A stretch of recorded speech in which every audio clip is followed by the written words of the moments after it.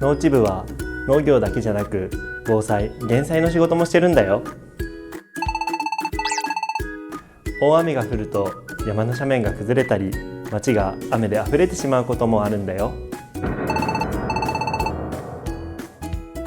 そうならないために排水機場で水を逃がしたり、